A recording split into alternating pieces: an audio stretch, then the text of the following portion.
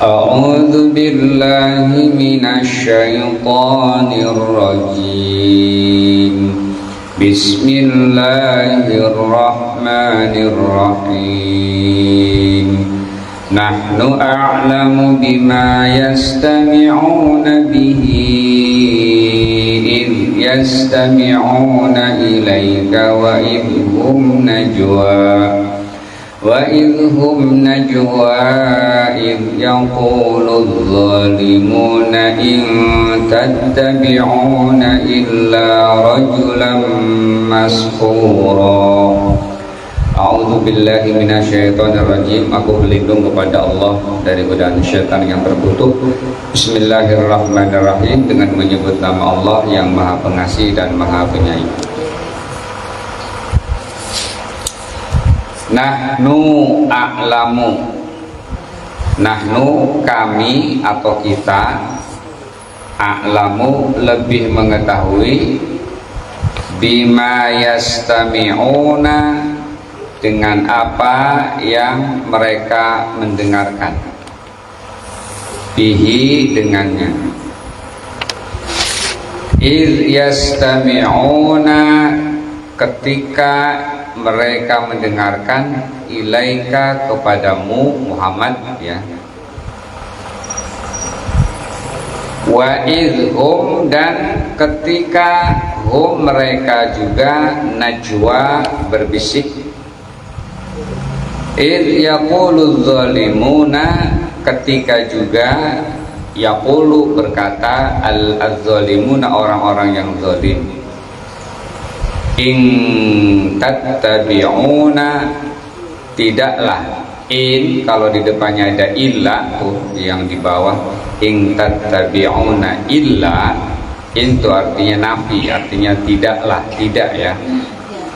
In tattabi'una tidaklah kamu mengikuti illa rajulam mashura kecuali seorang laki-laki yang tukang sihir.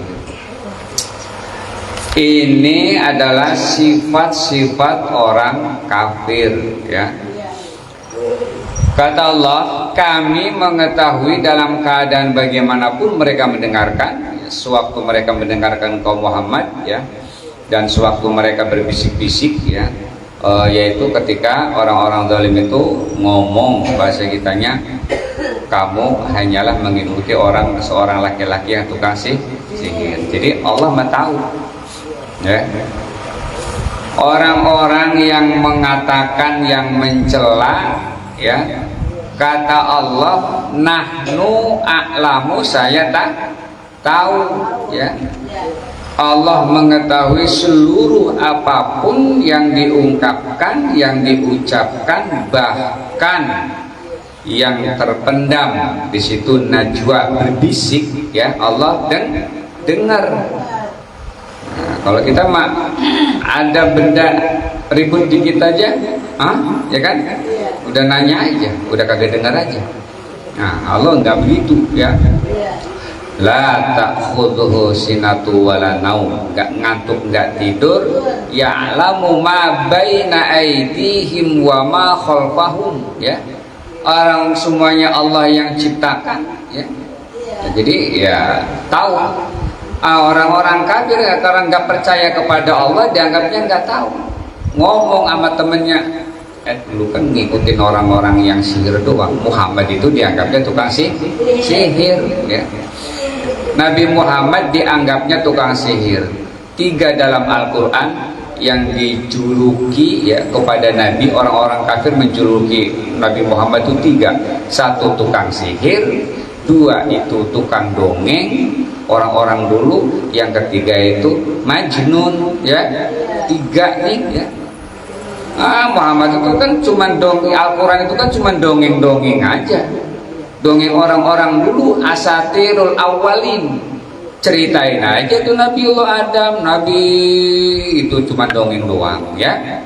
Padahal semuanya diambil pelajaran. Yang kedua, ya ini, ya, tukang sihir, ya. Tukang sihir. Nah, dan yang ketiga adalah itu majnun, gila, naudzubillah. Jadi cuman Nabi Muhammad ini orang yang sangat luar biasa sabar, nggak kayak kita ya. Yang misalnya salah satu sifat yang sering kita kenal itu adalah wal kadhiminal ghaid, mampu menjaga amarah ya. Nggak marahan, nggak emosian. Kalau kita kan emosian ya, marah ya. Ada memang Nabi Muhammad pernah marah, pernah. Tapi marahnya bagaimana? Marah kepada sahabat-sahabat, kok jamaah di belakangnya pada kosong, pada sholat di rumah, ya kan? Lah Nabi muter balik ke belakang, ya kan? Apa di depan sahabat? Layan tahiyana, wahai berhenti kayak begini nih, sholat pada di rumah, ya kan? Berhenti sholat di rumah, sholat berjamaah. La ukharriqanna alaihim buyutahum, sampai begitu tuh. Akan saya bakar rumah-rumah mereka tuh.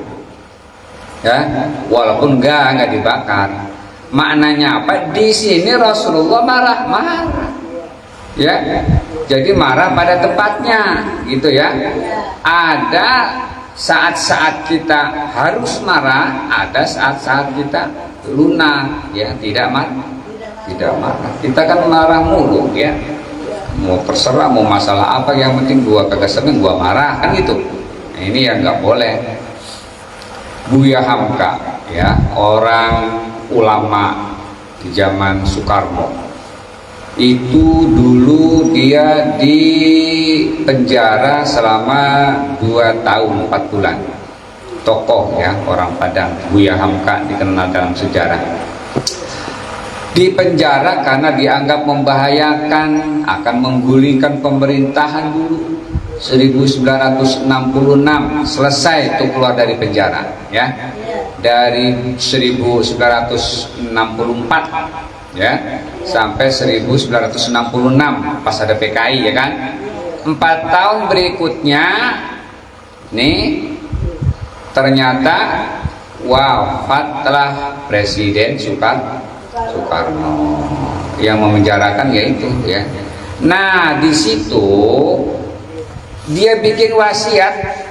Tulisannya apa? Tulisannya itu, tolong nanti kalau saya mau wafat, yang meninggal dunia, yang menjadi imam jenazahku adalah Hamka, ya kan? Coba itu, ya kan? Wasiatnya begitu. Akhirnya Presiden Soeharto saat itu mengirim ajudannya ke Buya sambil bawa undangan, ngasih kabar bahwa sudah meninggal. Ini ada wasiat begini nih, disuruh imam jenazah, kan itu, ya. Bagaimana Buya Hamka? Nggak tawar menawar tuh, nggak marah gitu.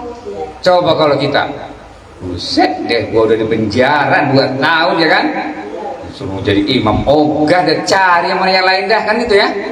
Ya Allah, dia mangga, nggak marah itu, ya, lembut hatinya itu, ya, lembut, pemaaf, ya. Iya, nggak ada dendam, nggak ada apa tuh. Kalau kita mau nyolati di musola juga kagak boleh, ya kan. Udah jangan sholat di sini, ya kan. Orang partainya beda, nah partai beda, ya kan, nggak boleh disolatin di situ. Ya, lah ini mah disuruh imam, mau coba tuh, ya. Itu namanya kelembutan, sifat-sifat Nabi, ya, begitu, ya. Nah, terus marah enggak? Buya sama, Buya Hamka pernah marah juga. Waktu pergi haji, masih kapal laut waktu itu, berhenti di pelabuhan Teluk Bayung di situ. Habis sholat isya ada yang wiridan agak kencengan dikit, dimarahin sama petugas kapal, ya kan? Diomel-omelin sama petugas kapal, didengar sama Buya nih, Buya Hamka, ya. Kedengaran langsung ditemuin tuh, marah itu, ya.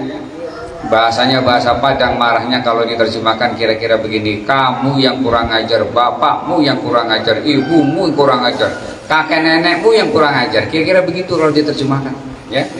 Marah. Jadi ada tempatnya tuh marah, ya.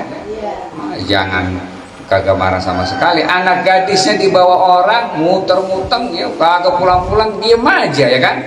Nah, itu kagak pas, harus marah. marah begitu ya. Jadi ada tempat-tempat kita marah, ada boleh kita tidak boleh marah gitu ya. Oke, termasuk orang yang berbisik-bisik kepada Nabi itu ketahuan oleh Allah ya. Jadi tanpa ada tedingan apa-apa. Oke, lanjut. Unzur kaifa darabu lakal amsala fadallu fala yastati'una sabila. Unzur, lihatlah, kaifa darabu, bagaimana mereka itu membuat laka terhadapmu Muhammad, maksudnya ya, al-amsal, perumpamaan-perumpamaan. Fadallu, maka mereka tersesat. Fala yastati'una sabila, maka tidaklah mereka itu mampu untuk menemukan jalan. Jadi mereka membuat perumpamaan-perumpamaan untuk Muhammad, karena itu mereka menjadi sesat dan tidak dapat lagi menemukan jalan yang benar. Iya, Nabi Muhammad diperumpamakan tukang sihir, kan gitu ya. Pinter banget ya, bahasa kitanya ngejek gitu ya. Nah itu akhirnya apa, mereka ya nggak bakalan mampu ya, tidak, jadinya mereka tersesat. Padahal kuncinya kita itu beriman, percaya kepada Nabi. Umar bin Hisham ya, atau nama yang kita kenal dengan Abu Jahal ya, Umar bin Hisham itu dulu memang didoakan oleh Nabi tuh, ya Allah kuatkan Islam dengan dua Umar ya, Umar bin Khattab, Umar bin Hisham ya. Ternyata yang dikabulkan, yang mendapatkan petunjuk sesuai dengan doa Nabi, ternyata Umar bin Khattab. Dua-duanya memang nih ditakutin nih. Umar bin Hisham juga ditakutin sama orang, Umar bin Khattab juga ditakutin. Dua-duanya kafir, belum beriman. Nabi membayangkan, ya Allah nih kalau preman nih dua nih iman aja nih ya kan, masuk Islam aja, oh enak ini mah ya kan, banyak temennya kan gitu ya, nggak ada yang takut ya. Masyarakat juga pasti daripada mau, karena ini gegendotnya ini tokoh-tokoh yang ditakuti, para premannya iman kan gitu. Akhirnya berdoa, yang dikabulkan ternyata Umar bin Khattab. Umar bin Hishamnya tidak beriman, itulah Abu Jahal, pamannya ya. Dalam sejarah itu Islam paman-paman nih, saudara Abdullahnya, ada Abdullah, ada Ibnu Abbas, ada Umar bin Hisham alias Abu Jahal, ada Abdul Uzza alias Abu Lahab, ada Hamzah. Ini 5 nih ya, saudaranya Abdullah ya. Saudaranya Abdullah yang paling dikenal ya dalam sejarah itu 5 ini ya. Abdullah bapaknya Nabi ya. Terus juga Ibnu Abbas, ada Abdul Uzza, Abu Lahab, Umar bin Hisham, Abu Jahal, sama Hamzah ya. Itu ya. Jadi sekali lagi bahwa mereka karena paling pandai membuat perumpamaan-perumpamaan kepada Nabi, sehingga mereka tidak mendapatkan petunjuk. Nah, artinya Al-Quran itu mestinya kita dijadikan sebagai petunjuk. Orang yang baca Al-Quran, sering saya jelaskan bahwa beda kita menghafal dengan membaca ya.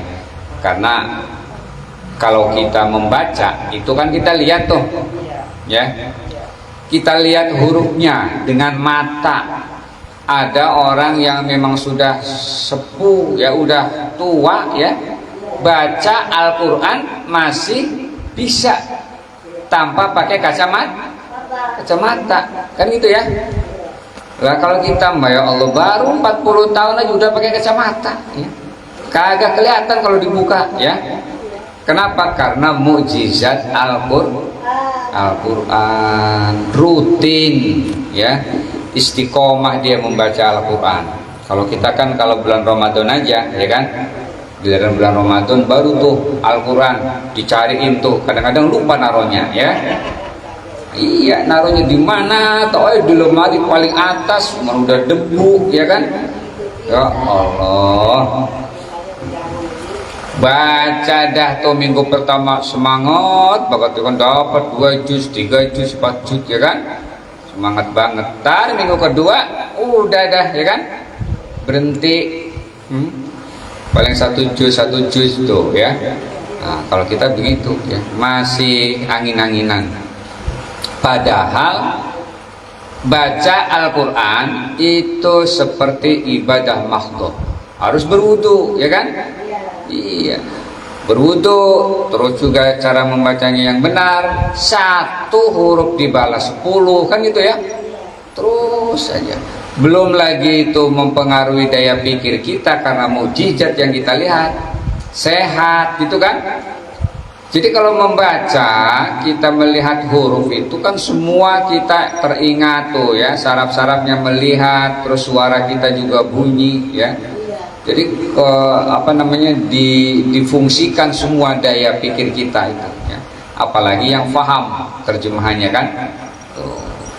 Belum lagi jaminan bahwa bacaan Al-Quran akan memberikan syafaat, itu pertolongan, ya, syafaat pada hari kiamat, ya. Banyak yang bisa memberikan syafaat. Nabi, ya, nomor 1 tuh Nabi Muhammad, ya, memberikan syafaat. Bacaan Al-Quran juga memberikan syafaat.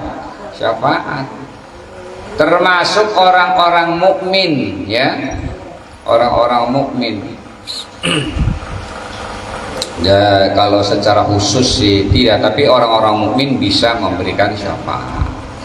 Artinya makanya kita tuh sering-sering berjamaah tuh begitu maksudnya. Berjamaah pengajian gitu, ya. Maulid, tahlil, arisan, ya, kumpul berjamaah itu, ya. Itu manfaatnya luar biasa banyak. Berdoa dikabulkan, kan gitu, ya. Iya, mau biasa sholat ya mau kagak ya, tapi karena dia ngumpul di situ, ya kan, lah dapat, ya. Kita beli rambutan, ya kan, atau beli ini dia beli jeruk, tapi lelangan gitu kan, udah dimasukin, udah dipotes-potesin emang di kantong, ya kan. Ini kalau berani ini segini nih tuh 30.000 atau 20.000 dah, ya kan, udah di bungkus-bungkusin, lihat sekilas dah, ya kan gitu. Atau diborong semua, kan gitu, ya, diborong semua tuh. Nah, kalau diborong semua begitu, jeruk-jeruk yang asem-asem masuk nggak? Lah masuk, kena, kan gitu, ya, masuk. Nah, kalau kita milih, dipilih-pilihin tuh, lah kasihan yang busuk, ya kan, yang potes-potes dikit, yang asem lah pada minggir itu, kagak bakalan kecomot kan, lah dipilihin tuh, ya. Nah, jamaah juga begitu, ya. Kalau dalam satu berjamaah, satu kelompok, satu pengajian, dia berdoa, baca amin, semuanya kena, nggak ada yang ketinggalan, ya. Iya, walaupun dia istilahnya kagak paham, ya kan, tetap kena itu. Itulah keuntungannya berjamaah. Bisa tanggulangi dengan yang lain, kan gitu, ya. Iya. Kalau malaikat pilih-pilih lah susah kita. Nggak begitu malaikat, ya. Kalau dalam berjamaah itu semuanya kena. Itu gambaran sederhananya begitu, ya. Jadi sering-seringlah kita berjamaah apapun, ya. Ini kegiatan pengajian nggak punya, sholat di rumah yang masing-masing, ya kan. Ya, apa yang bisa diandalkan tuh, ya. Nah, itu berjamaah. Makanya betul al-jamaah rahmah gitu, ya. Berjamaah itu mendatangkan rahmat, ya. Sendiri-sendiri itu malah mendatangkan perpecahan, ya. Ya. Wa qalu, dan orang-orang kafir berkata, aidza kunna idzoman. Dan mereka berkata, aidza, apakah apabila kunna, kami semua ini, idzoman, sudah menjadi tulang, ya, warufatan dan juga sudah mulai hancur. Ainna apakah kami semua ini lama bu'utsuna akan dibangunkan, akan dibangkitkan khalqan jadida dengan makhluk yang baru. Nah, ini orang kafir nih ngomongnya ya. Memang ntar saudara-saudara kita yang udah puluhan tahun masuk di dalam tanah, kalau kita mau menguburkan yang baru kan ketahuan itu jadi tulang, ya kan? Lah ini kamu nih yang sejak udah sekian puluh tahun yang lalu tuh udah jadi tulang, ya kan? Hancur tuh tinggal beberapa saja, ya. Nah, emang ntar tuh nanti dibangunin lagi, apakah memang kita betul-betul kita ataukah memang makhluk lain bukan kita, itu bukan saya, ya kan? Nah, ceritanya begitu. Oh, kalau kita keyakinannya bagaimana? Ya kita ruh, ya, jasad memang berganti. Artinya ruhnya ya tetap ya sujai memang itu. Amalnya ya itu, nggak bakalan hilang, ya. Dan sekalipun memang jasad kita jasad itu lagi yang dibangunkan oleh Allah, bisa nggak Allah? Lah bisa, ya. Bisa walaupun sudah hancur, ya, tulang belulang. Lah Nabi aja bisa, Nabiullah Isa dengan izin Allah, ya, yang udah puluhan tahun berada di dalam tanah, dia mohon kepada Allah dibangunkan tuh jenazah yang ada di dalam tanah biiznillah, dengan izin Allah bisa. Apalagi Allahnya, kan gitu ya. Lah ini masih ragu, ya. Ilok apa kita bangun lagi, ya kan? Di mana-mana juga semua sudah jadi tanah, itu hancur, ya kan? Apalagi di daerah-daerah Toraja, ya, dimana itu cara penguburan jenazah itu bukannya di tanah, ya, di gua-gua, ya. Jadi ada pegunungan model batu begitu, dikotak-kotakin tuh, ya, dikotak-kotakin, masukin situ sampai hancur, habis tinggal tulangnya doang itu, ya. Nanti ditarik, dikumpulin di keluarganya ini, ntar ada jenazah baru lagi gitu, ya, begitu, ya. Ada yang memang diawetkan, ya, sampai dipakein jas, udah puluhan tahun, ya, mukanya masih tetap utuh, ya. Macam-macam itu yang kita lihat itu, ya, memang benda-benda itu, ya. Tapi nanti saat dibangkitkan oleh Allah, ya, ruhnya kembali lagi, ya, begitu. Jadi jangan yakin, ya, kurang yakin bahwa kita nanti akan dibangkitkan. Dihasilkan begitu, ya. Hadza ma wa'ada ar-Rahman mata. Nah, lupa dah tuh kalau begini. Mamba'asana gitu, ya. Mamba'asana mim marqadina. Hadza ma wa'ada ar-Rahman wa sadaqal mursalun. Man ba'asana, siapa sih yang bangunin kami nih, ya kan? Perasaan saya lagi tidur pulas, ya kan? Man ba'asana min marqadina, dari tempat tidur kami, siapa sih yang bangunin? Iseng banget, ya kan? Apa jawaban Allah? Hadza ma wa'adar Rahman, ini yang dijanjikan oleh Allah. Allah bangkit dari kubur nih, udah mati kamu, ya kan? Sekarang bangun bukan bangun kita pagi-pagi terus kita bikin teh, bukan, ya. Ini bangun udah kagak di dunia lagi. Bangun. Dia bingung apa sih bangunin, kan gitu, ya. Di sampingnya nggak ada anak kita, di samping nggak ada suami kita, nggak ada istri kita, ya kan? Ya, itulah malaikat yang ngomong, diunjukin nih. Hadza ma wa'adar Rahman, ini yang Allah janji-janjiin, yang nanti katanya bangkit dari kubur, lah sekarang ini, ya. Tuh. Qul kunu, katakanlah wahai Muhammad, karena dia tidak percaya begitu, kunu hijarotan, jadilah kamu batu, au hadidan, atau juga besi. Saking keselnya gitu, ya, disuruh bilangin aja jadi batu aja kan gitu ya, jangan jadi manusia. Kalau batu mah ya, diantepin ataupun dihancur-hancurin jadi tanah, ya memang itu selesai, nggak ada kaitan dengan bangun lagi ya.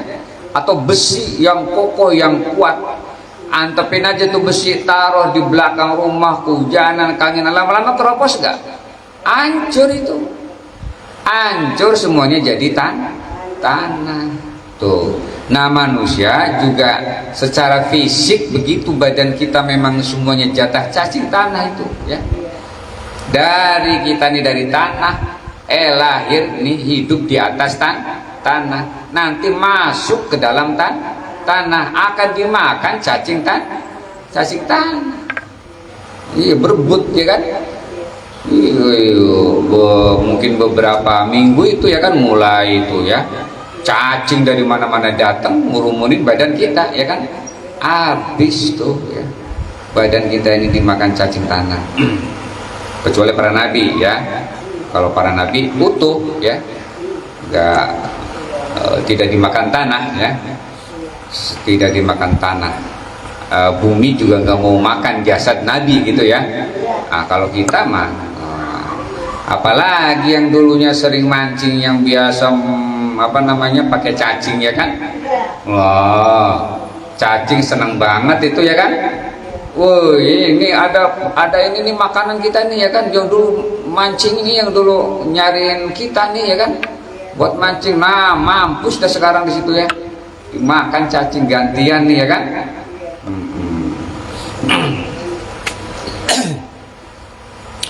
Atau jadilah batu, jadilah besi, atau al-khalqan, atau ciptaan lain ya, atau juga makhluk lain, khalqan mimma, dari apa atau dari makhluk yakburu yang besar, fi sudurikum, di dalam hatimu atau di dalam menurut pikiranmu ya.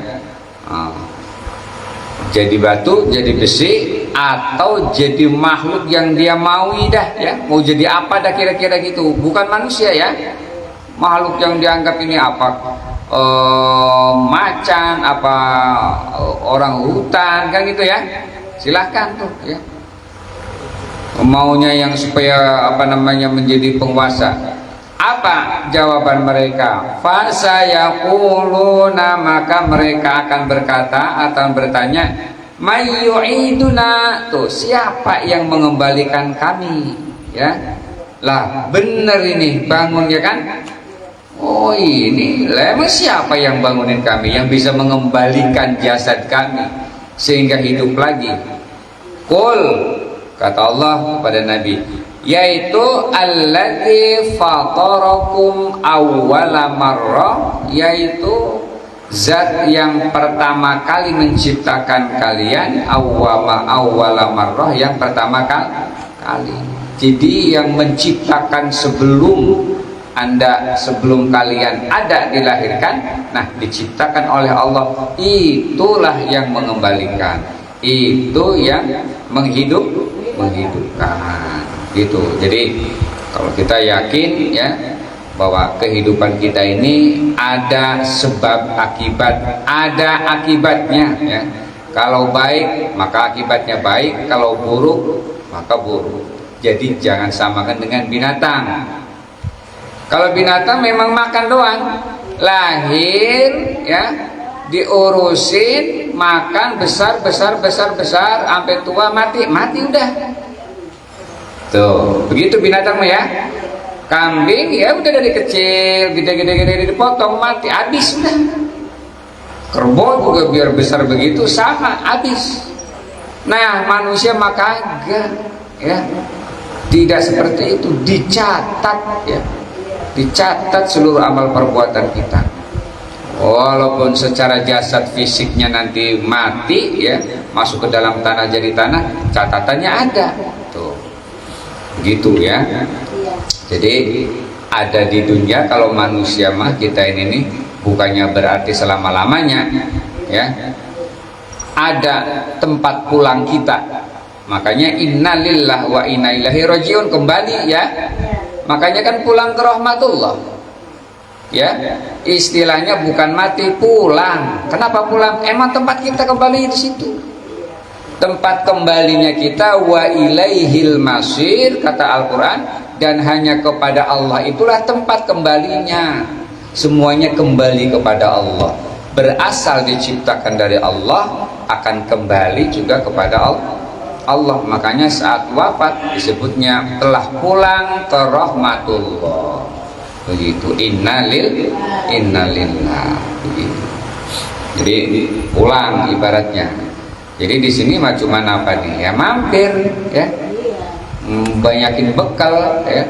Dalam Al-Mulk Tabarok dijelaskan itu, alladzi khalaqal mauta wal hayata, Allah yang menciptakan kematian dan kehidupan. Untuk apa? Liyabluwakum, untuk menguji kalian, ayyukum, yang mana kalian semua ahsanu amala, yang paling baik amal perbuatannya. Jadi memang tujuannya itu ya, ada hidup ada mati, tujuannya buat ngenilai siapa sih yang cakep, kan gitu ya, amal perbuatannya. Oke, jadi yang menghidupkan adalah orang atau zat Allah yang pertama kali menciptakan. Akhirnya apa?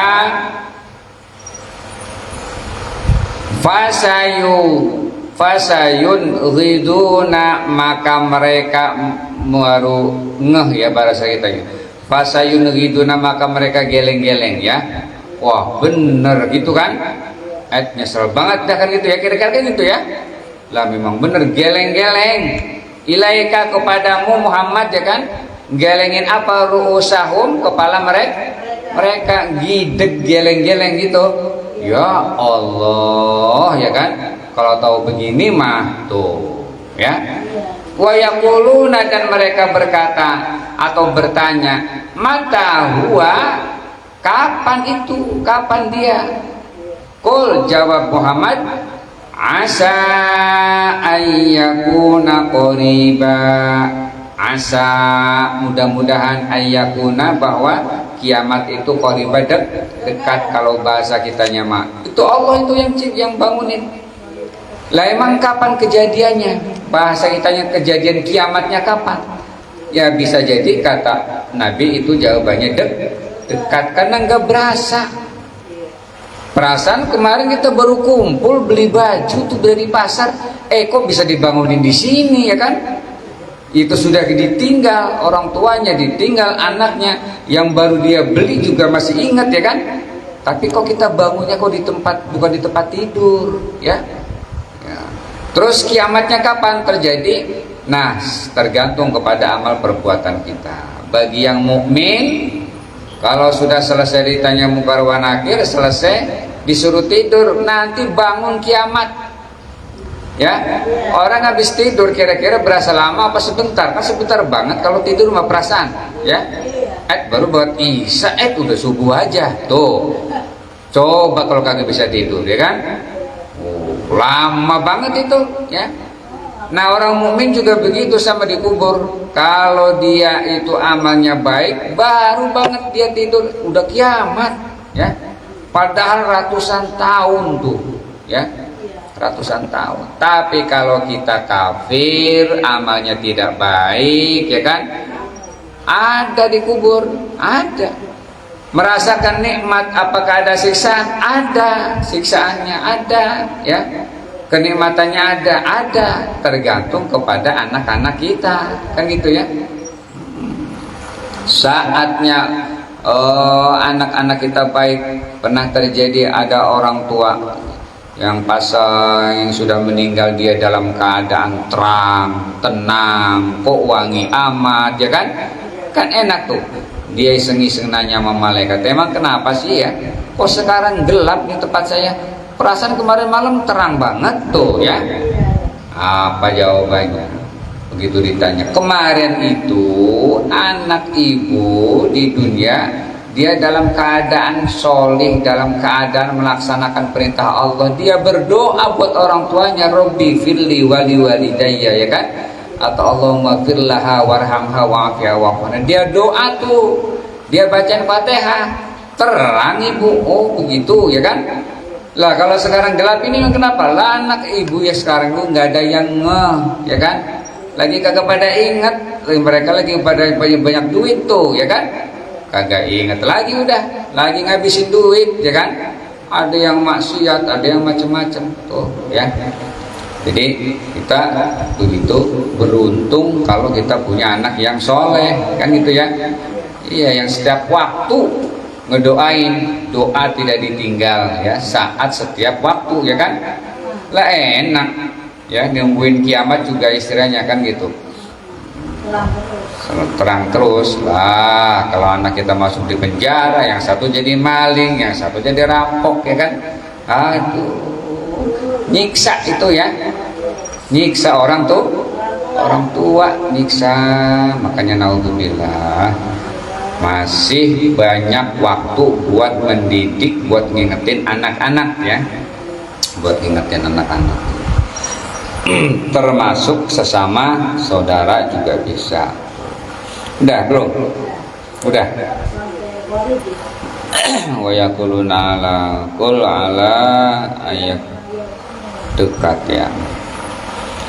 Wa yaquluna, dan mereka bertanya, mata huwa, kapan itu terjadi? Kul, jawabannya adalah asa. Oh ya udah ya. Yauma yad'ukum fatastajibuna bihamdihi wa tazunnuna illa bistum illa qalila wallahu a'lamu bissawab.